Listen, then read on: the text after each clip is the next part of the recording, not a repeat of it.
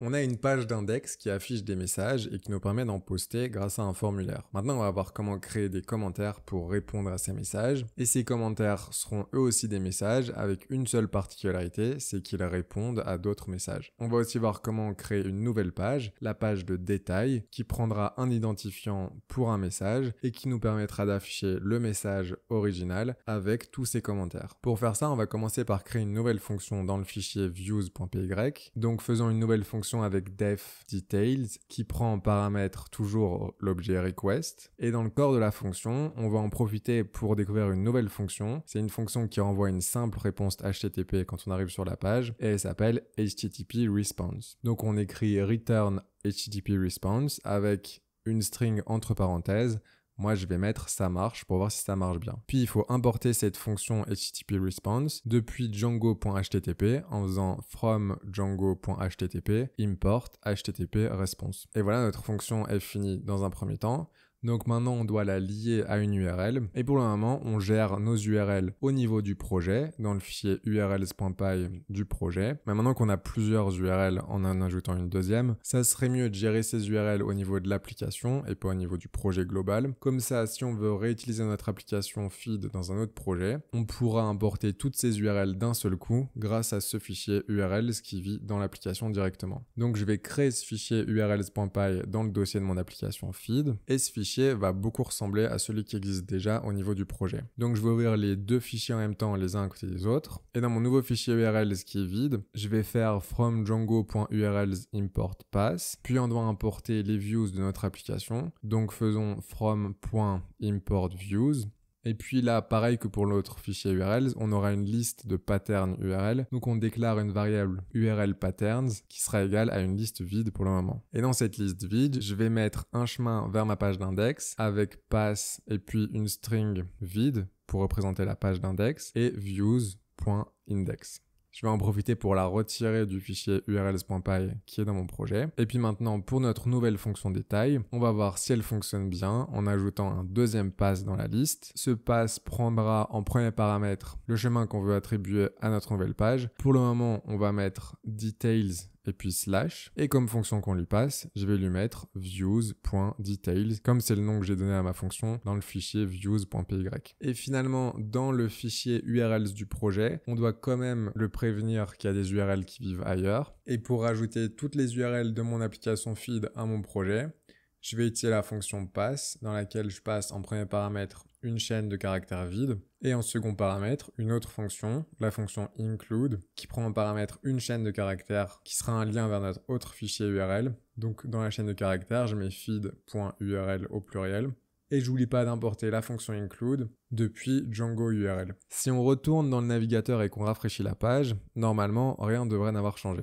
Et si on va sur /details, on a bien une réponse HTTP en texte qui nous dit « ça marche ». Donc là, l'idée, c'est d'avoir une page qui affiche un seul message avec ses commentaires liés, et aussi d'avoir un formulaire qui nous permet de commenter ce message en créant donc un nouveau message qui va être lié au message qui s'affiche en haut de la page. Et donc cette modification, il faut qu'on la fasse dans modèle. Donc à ce point, il y a plusieurs types d'implémentation possibles. Soit on peut créer une nouvelle table en base de données qui est comments pour les commentaires et on lui donne des champs content, user et puis un message qui est le message que le commentaire commente. Mais bon, c'est assez redondant avec notre modèle message qui lui aussi a un champ content et un champ user. Donc là, pour notre application, je vais opter pour une autre solution qui est de modifier le modèle message directement. On va lui rajouter un autre champ qui sera une clé étrangère en base de données et qui peut pointer vers un autre message. Donc on a déjà utilisé une clé étrangère pour lier un user à un message. Et là, on va faire pareil. Je vais appeler ce nouvel attribut response_to pour dire que c'est un message qui est une réponse à un autre message. Et cet attribut sera donc un models.foreignKey qui pointe vers message. Mais si vous mettez message ici, vous voyez que votre IDE se plaint. Normalement, ça fonctionne comme avec notre attribut user. Une clé étrangère, ça pointe simplement vers un modèle et c'est tout. Là, c'est un cas un peu spécifique. La clé étrangère pointe vers le même modèle et donc on met juste self. Maintenant, on doit encore définir ce qui va se passer quand on supprime un message vers lequel notre commentaire commentaire pointe. Encore une fois, si le message d'origine est supprimé, on peut soit conserver ces messages et afficher que le message d'origine a été supprimé, ou bien, comme avec user, si un message parent est supprimé, alors tous les commentaires enfants qui pointent vers le message parent vont être supprimés. On a déjà utilisé la deuxième option avec la suppression en cascade pour notre clé étrangère user. Donc là, pour changer, je vais utiliser une autre option cette fois-ci. Pour ça, dans onDelete, on va mettre models.protect. Et puis pour finir, des fois on aura une valeur dans ce champ response_to, mais des fois il sera nul. Parce que quand on crée un nouveau message parent qui n'est pas un commentaire à un autre message, eh ben ce champ devra être nul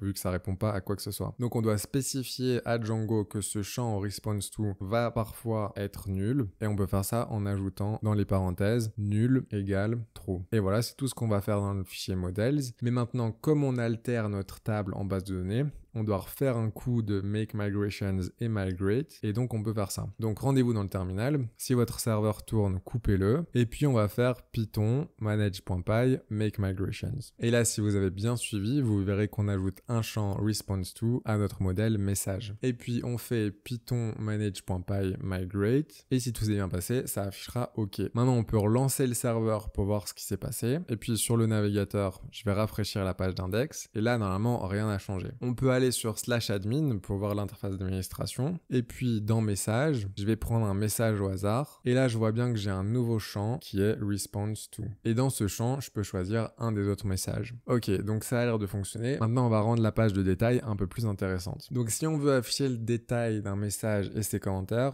on doit savoir de quel message on parle. On va donc passer quelque chose à Django qui va lui permettre d'afficher les détails du message. Et dans ce cas-là, on va utiliser son index. En Django, on peut faire ça en se rendant dans le fichier URL. Donc allant dans le fichier URL de notre application feed, et puis on va remplacer details par chevron int .id. Donc int, ça veut dire que Django doit s'attendre à trouver un nombre entier dans son URL, et id, c'est le nom qu'on attribue à cet entier pour pouvoir le récupérer dans notre fonction. Et maintenant, dans le fichier views, on peut récupérer cet id dans la fonction details en rajoutant un second paramètre id après request. Pour tester ça, je vais faire print id dans ma fonction, et maintenant, je vais aller tester pour voir si ça fonctionne bien. Sur le navigateur, je vais aller sur /1/, et on voit qu'on a toujours le résultat de notre fonction HTTP response qui affiche ça marche, mais si on va dans le terminal, on voit qu'on récupère bien l'ID 1. Et grâce à cet ID, je vais pouvoir récupérer le message que je veux. Donc, dans le fichier views et la fonction details, on va récupérer le message grâce à son ID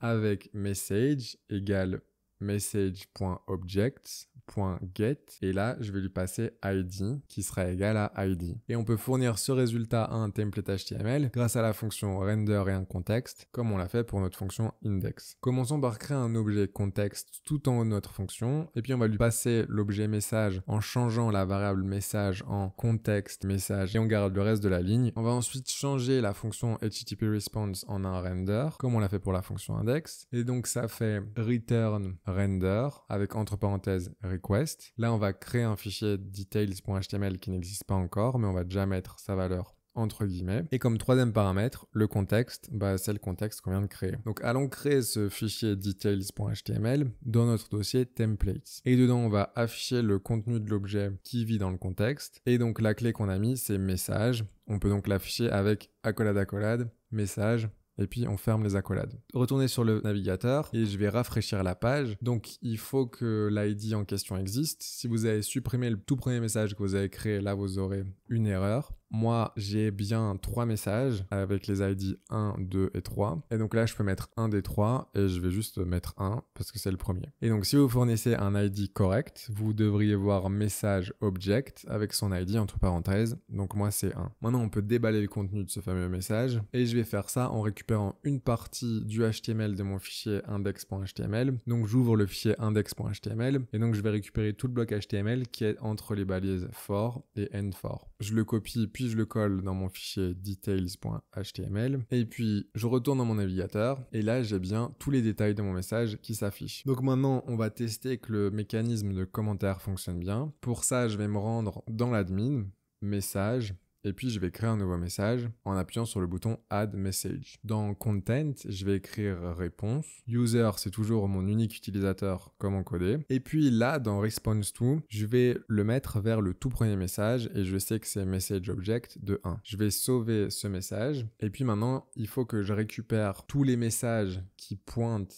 vers mon message object 1. Et ça se passe dans le fichier views.py. Donc allons dans le fichier views.py et on va rajouter une clé comment à notre objet context. Puis on va récupérer tous les messages qui ont un response to égal à l'id de notre message actuel. Donc on va faire context de comment égale message.objects.filter. Et là, on veut filtrer avec response to qui est égal à id, id étant l'identifiant du message parent. Filter, c'est une autre méthode de l'ORM Django qui permet de filtrer et ne prendre que les objets qui respectent nos critères de filtre. Ici, c'est response to qui doit être égal à l'id d'un message. Pour tester, on peut faire un print de contexte et voir si ça a bien fonctionné. Donc je vais écrire print context, puis je vais retourner sur mon navigateur et rafraîchir ma page. Là, je reviens sur mon IDE et dans le terminal, je vois que le contexte est bien composé d'un message, mais aussi d'une liste de commentaires. Et ça va nous permettre d'afficher les commentaires à la suite de nos messages dans le template HTML details. Donc dans le fichier details.html, je vais rajouter une boucle for pour boucler sur tous les commentaires d'un message. Je vais commencer par écrire entre accolades pourcentage for comment au singulier in comments au pluriel et j'oublie pas de fermer le bloc directement avec accolade pourcentage end for pourcentage accolade. Entre ces deux balises, on a accès à une nouvelle variable comment au singulier qui va changer à chaque passage dans la boucle pour avoir chaque message commentaire lié à notre message parent qui s'affiche au-dessus de la page. Donc comme pour les messages, on veut le nom d'utilisateur, une date et son contenu. Je vais donc faire 3 divs. Dans la première div, j'aurai entre double accolade comment.user.username. Dans la deuxième div, j'aurai aussi entre double accolade comment.createdAt. Et dans la dernière div, j'aurai là encore entre double accolade comment.content. Et puis maintenant, je retourne sur mon navigateur, je rafraîchis la page. Et là, si tout s'est bien passé, on aura toujours le message au-dessus. Et puis juste en dessous, on aura notre commentaire. Donc on a une application fonctionnelle avec une page d'index qui liste tous les messages. Et puis pour chacun des messages, on a une page de détails plus spécifique qui va afficher le message parent en plus de tous ces commentaires qui sont des messages enfants. Là, à ce niveau de notre application, le problème c'est qu'on commence à accumuler du code qui se répète, qu'on a copié-collé, car dans le fichier index, on gère le message,